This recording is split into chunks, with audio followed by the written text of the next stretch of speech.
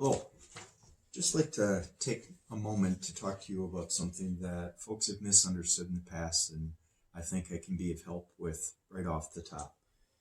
First, if you were to look at pages 8 to 12 in the course handbook, you would see a document about essential questions and sub-questions.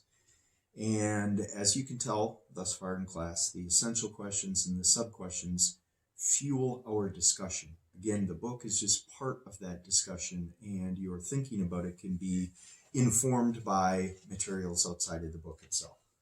But we have the general essential question. Later on, you are going to, from LP3 on, write an answer to that question as a thesis statement.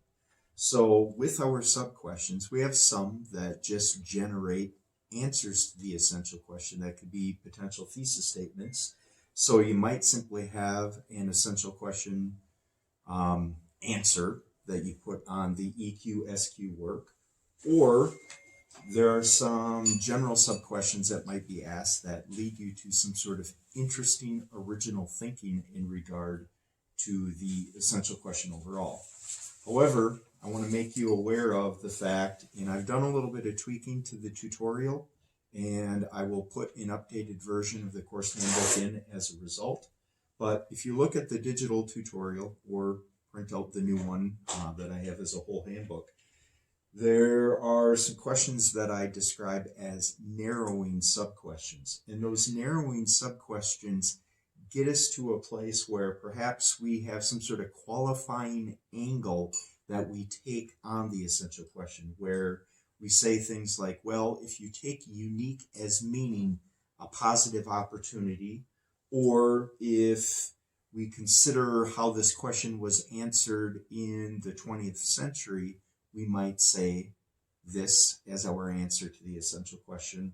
So there are several qualifying or narrowing sub-questions that might be asked that ultimately will shape our thesis statements. But again, on pages 8 to 12 in the course handbook, you see some things about the essential question overall and some sub-questions that you might ask in order to narrow discussion, or at least get to thinking about the essential question in an interesting way. But I want you to recognize that these sub-questions and the essential question overall ultimately turn to, or into, a thesis statement. And that thesis statement might simply be a straight up answer to the essential question. You take the question and you turn it around into a declarative statement, and that's your thesis statement. Or maybe one of those narrowing or qualifying sub-questions shapes your thesis statement in the paper, where you narrow the scope of the discussion, and narrowing the scope of a thesis statement is always good because you can really flesh it out. But those narrowing sub-questions might ultimately shape the sub-question that you ask. So take a look at how these ultimately inform the thesis statements that you write about. And just a word about the thesis statements.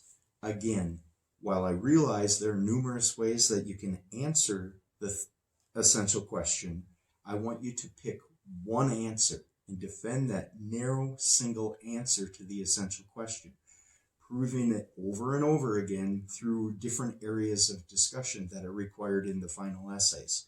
You're going to talk about things in the novel that support that single answer to the essential question.